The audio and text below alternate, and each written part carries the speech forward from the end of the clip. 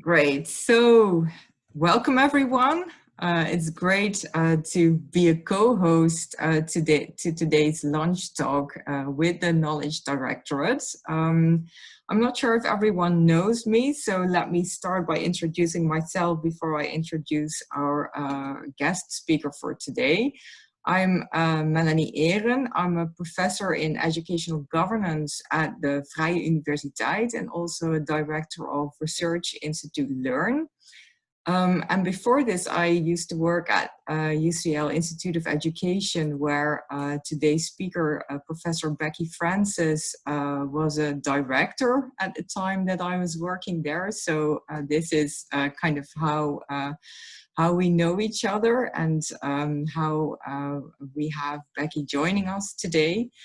Becky Francis specializes in educational inequality, a topic that is very much a concern to our country as well. I think the Inspectorate of Education has flagged this in at least 2 or 3 of their annual reports. Obviously in the current pandemic, it's a topic that is very high on the agenda as well, with concerns over increasing achievement gaps. So I'm very pleased to have Becky Francis with us today to talk about her current work at the Education Endowment Foundation, and particularly how the foundation is supporting schools to close the disadvantage gap. Becky will talk for about 20 to 30 minutes, and then we'll have a brief Q&A session of about 15 minutes. So I'd also like to invite you all to use the chat function to raise questions or comments, and we'll collect those throughout the presentation and ask them to Becky at the end of the session. The chat function, if you hover over the screen, is on the bottom, and you can open it and then just enter text to everyone in the chat function. So looking forward to seeing those throughout the presentation, and looking forward to Becky's presentation. Can I invite you to start talking? Thanks so much, Melanie, and thanks for the warm introduction, and thanks for inviting me to speak as well. It's really nice to be able to address you. So the Education Endowment Foundation was founded back in 2011, and it was funded by a £125 million grant from the Department for Education at the time.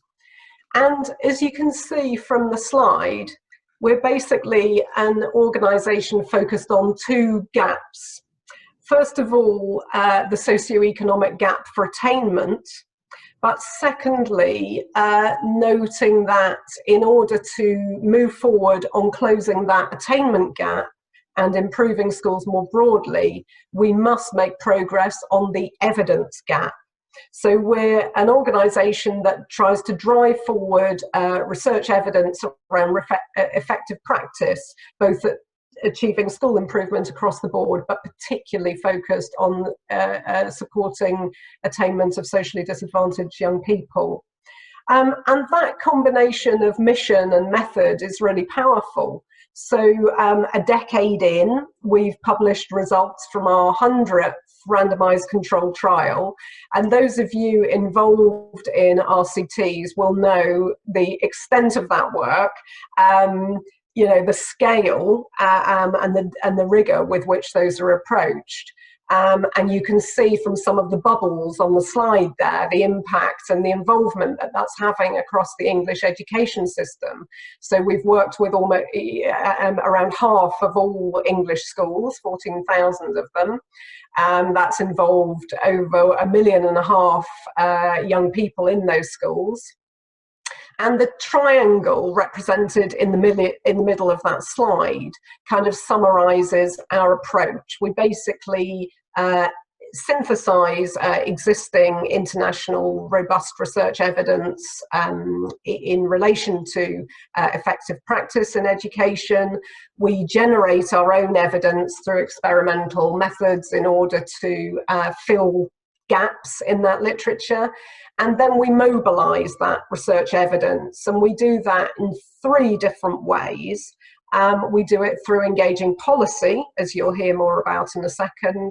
We do it through our media work, our social media work, and our guidance reports and resources to the sector. And we do it through our research school network. And you can see there the bubble representing research schools. We have 40 different research schools across England, and each of them are working in different localities with other schools and educational institutions to mobilise that evidence, develop best practice and also CPD around research, evidence use, and so forth. So that's a little bit about the organisation, really. Basically, we want to start from what we know, learn more, and then, really importantly, support schools to use that evidence in practice. And our enduring challenge, as I've said, is the attainment gap between socially disadvantaged young people and their peers. And this slide just captures a few key points around that.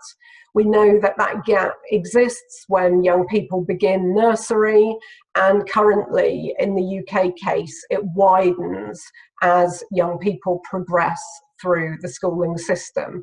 And you can see that in the infographic on your left. In relation to the bullet points on the right-hand side of the slide, of course, I must mention that FSM stands for free school meals, which in the UK we take as our sort of prime indicator of poverty if you are entitled to free school meals. And EVER FSM is a slightly broader measure, which includes all of those kids that have taken free school meals sometime in the last 6 years. And that loosely is around a third of young people, just under a third. So it works as a rough proxy for kind of blue collar, working class, you know, the kind of bottom third of young people in terms of wealth. And you can see from some of those key statistics there, grade 4+ is the expected grade of attainment that is a passport to further qualifications, particular career tracks and so on, including even vocational qualifications and apprenticeship routes. So you can see there the fact that only 36% of kids actually on free school meals are getting those grades at English and maths, and then that 30% of this bigger group of EVER FSM pupils didn't even achieve a grade 3, so don't even get the chance to retake those qualifications. You can see really the scale of the gap in our system, and also, unfortunately, the implications of that gap for future life chances.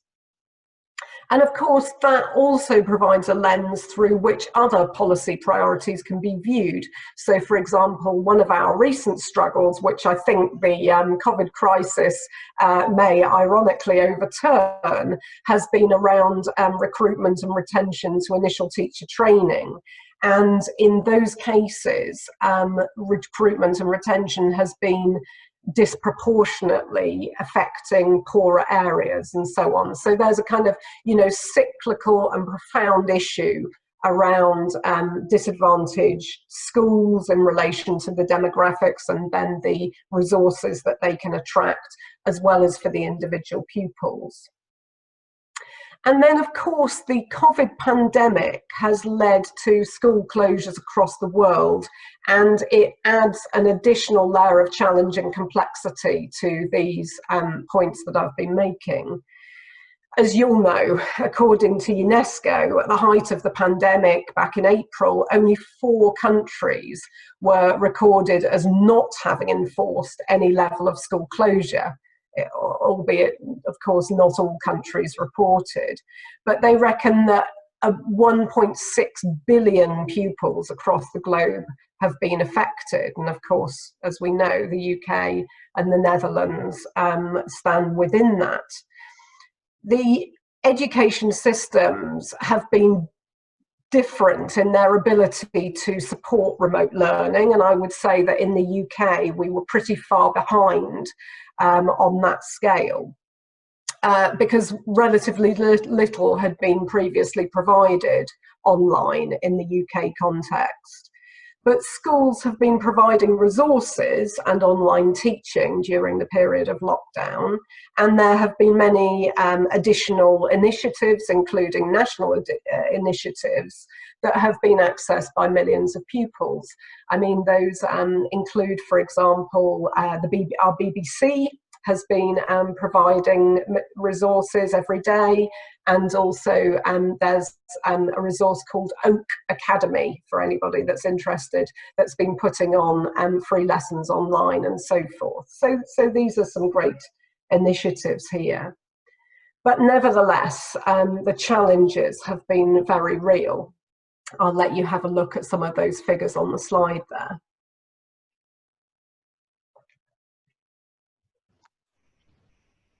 As I said, you know, in the English context, we weren't very well set up for online learning. And there's a statistic from Children in Need, the charitable organisation here, that they think from their polling that 750,000 young people have been without adequate technology to access remote learning properly during the lockdown period. Surveys from the likes of the Sutton Trust and the Institute for Fiscal Studies have shown similar results, that many young people from disadvantaged families have not been able to access high quality home learning, and that they've been engaging much less frequently with that than their more advantaged peers, as you can see from the slide. Basically, children from disadvantaged backgrounds have been spending less time on learning activities, they've submitted less work during that period, and they've been shown to have fewer resources at home. So of course, efforts to support remote learning will have been of considerable benefit to many young people, and we even hear many tales, as I'm sure you do too, of young people thriving better than ever while they've been at home, and particularly interesting for some pupils with special educational needs. However, there are strong indications that overall the remote learning that's taken place during the school closure period is likely to have further widened rather than narrowed socioeconomic gaps. And to provide quantitative estimates of the likely impact of school closures on the attainment gap, the EEF conducted a rapid evidence assessment of the existing literature on this matter. And that search encompassed a wide variety of different reasons for schools being closed. You know, as you'll be aware, there are different literatures on different elements of school closure and different reasons that young people miss school. It's actually the summer learning loss, the period of the summer holidays and school closure on summer holidays, where the existing evidence is strongest and most robust. So that has formed the mainstay of the literature in our review, but we wanted to cast more broadly than that. Now, of course, there is a caveat here, because you might say, well, of course, this period's been very different to the period of school closure. Kids have been learning, and many kids, as I've said, have been accessing education effectively during the period of lockdown. But of course, we might in turn suggest that, in contradiction to that, that we would indeed expect the gap to widen because of these matters that I've already mentioned about access to tech, access to support and help in the home, access to resources and so forth. And the polling, as I say, that we've been picking up in the meantime and that has been released by different British studies has very much suggested that that hypothesis will be playing out. So you can see on the screen a projection around the school closure impact, and that this will widen the attainment gap at least reversing the small progress that has been made in the English context to narrow the gap since 2011. So that hard work is at very strong risk of being undermined. And the median estimate, based on the existing literature on school closures, indicates that the gap would widen by around 36% by September 2020. And as you can see, the range displayed is between 11% and 75%. So what have we been doing about that? Well, I'll introduce a few of our resources here. So this slide represents our teaching and learning toolkit. And that's the starting point, both for the EEF's grant making and for our efforts to support evidence-informed decision-making in schools more broadly. It was created based on the idea that information about what's been tried before makes it easier to make difficult decisions, whether that's for policymakers or whether that's for school leaders. So the toolkit basically takes over 3,000 of the best quality studies from the UK and overseas, and then groups them into 35 different categories based on the way that schools can spend their resources. And you can see those different categories there on your screen. So for each strand, we try to answer 3 different questions. Firstly, what's the average impact on attainment? And you can see that in the orange or grey bubbles. Secondly, how much does each approach cost in general? And you can see that indicated by the number of the pound signs. And then thirdly, the security or otherwise of the evidence. And that's indicated by the number of padlocks. And it's very gratifying that 2/3 of school leaders across British schools say that they use this toolkit to inform their spending and their school practice. So it's a really important resource for approaches to mitigate the impact of COVID-19 on learning, as I'll now come to explain. I guess the point is that schools reopening, which is of course taking place now over in many different countries, has been much slower and a more gradual process than we might have initially anticipated. And I guess that for many, a return to traditional ways of working will actually be beyond scope for a long period. The current situation in England is that schools are open they've focused on the earlier years of primary schooling. So schools are open for reception age kids, they're open for year 1, they're open for the transition year of year 6, that's those students who will be starting their secondary schooling in September. And they are partially open, encouraging visits from the key exam cohorts, currently years 10 and 12, who will be going into years 11 and 13, the key exam years next year. And of course, they're open to key workers and vulnerable pupils. But for the large part, they're still closed. So there's an anticipated massive scale up ready for September, with a great deal of concern still about health and logistical issues. I'm on the Department for Education's COVID recovery group. So again, if there's particular interest in that, I'm happy to discuss that. But coming back to the role of the EEF, we've been working with the government to inform the catch-up fund that is announced in June, and that's £1 billion, focused mainly on autonomous spending for schools to support their young people in different methods of catch-up. But as I'll explain, with a particular focus on tuition, and I'll come to that in a second. So we were actually asked to publish some guidance to support that announcement, and that's available on our website. It informs teachers and leaders in relation to evidence-based methods and the evidence behind different approaches to catch-up provision. offering an overview and links to key resources. And it's designed particularly to inform school leaders' decision-making as to how to spend this money, which will be made available for September. It's anticipated, of course, that schools won't adopt all of the suggestions included, and I'll be interested in the discussion to hear from you. I know that you've also been discussing issues around summer catch-up, whether that's summer schools, programmes. Of course, you have also your tuition programme and various other methods, some of which are captured in our guidance, so that might be a point of interest to you.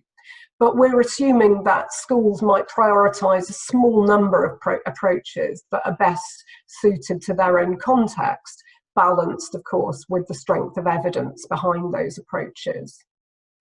And as with the EEF's Teaching and Learning Toolkit more broadly, some approaches covered in the guidance are included because they've been widely discussed as possible responses for schools to consider.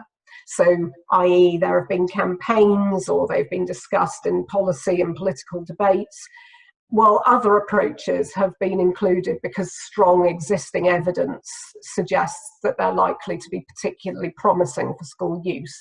And that would be including the case of one-to-one and small group tuition.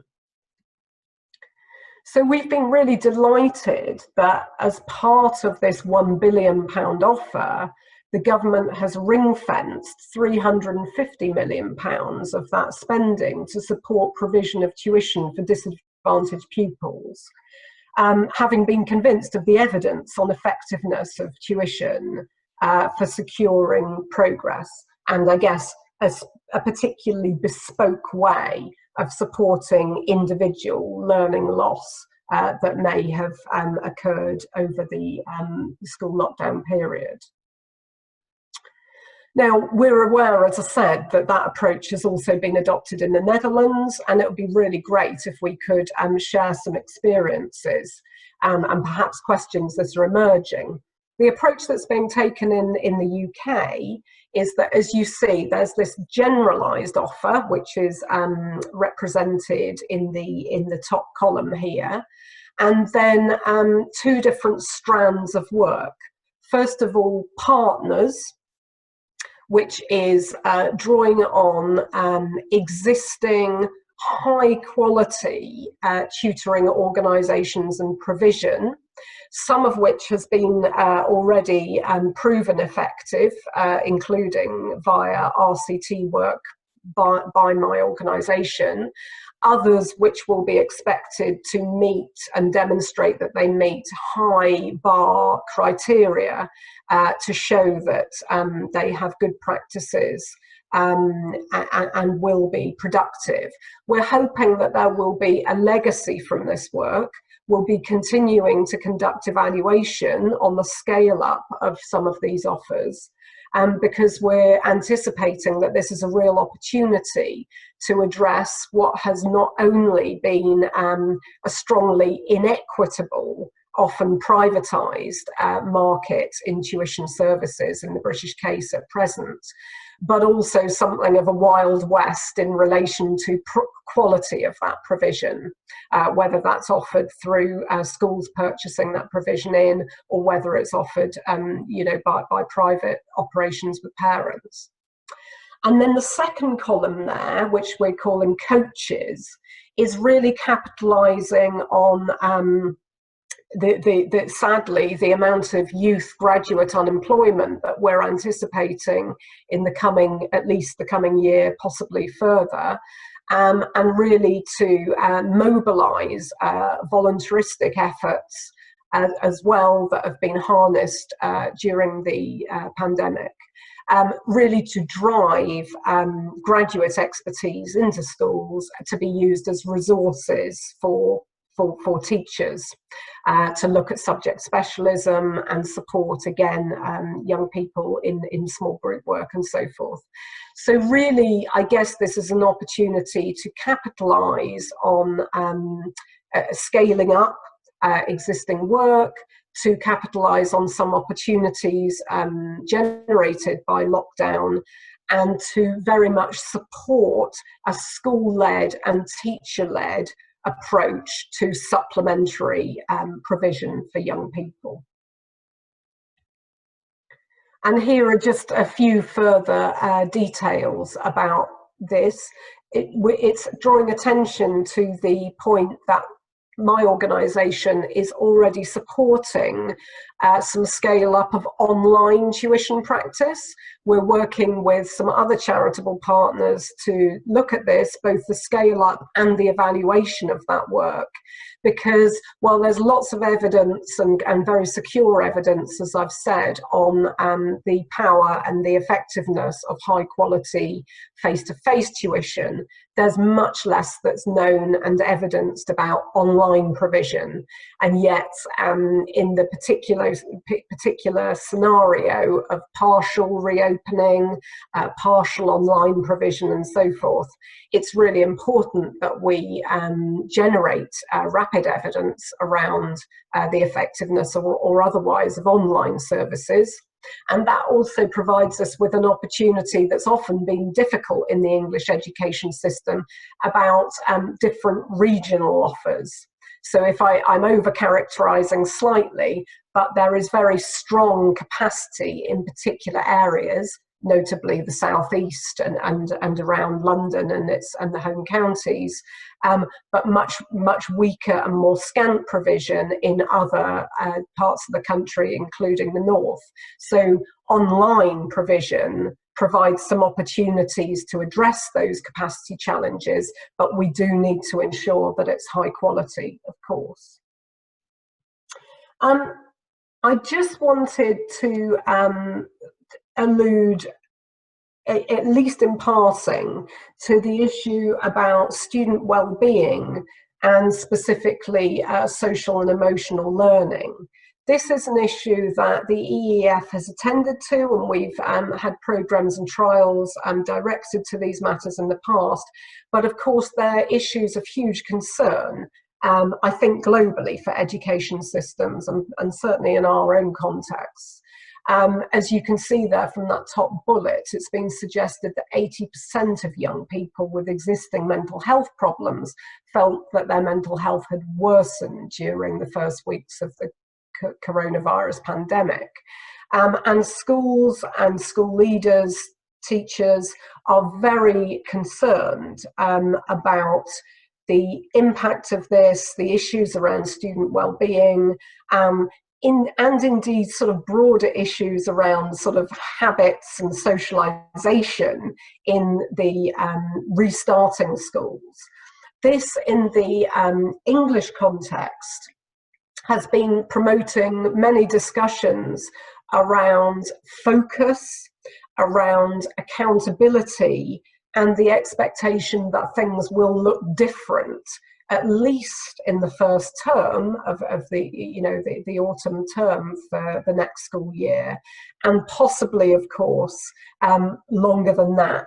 So lots of conversations in the media and in social media and in across schooling organisations and so forth around the validity or otherwise of our inspection mechanisms, of league tables, of different curricular accountability, and whether, frankly, these are going to be appropriate in the same way for a time where schools will be experiencing trauma, ongoing issues and concerns around health, and the need to support young people, not just educationally, but also in terms of their socio and social and emotional well-being.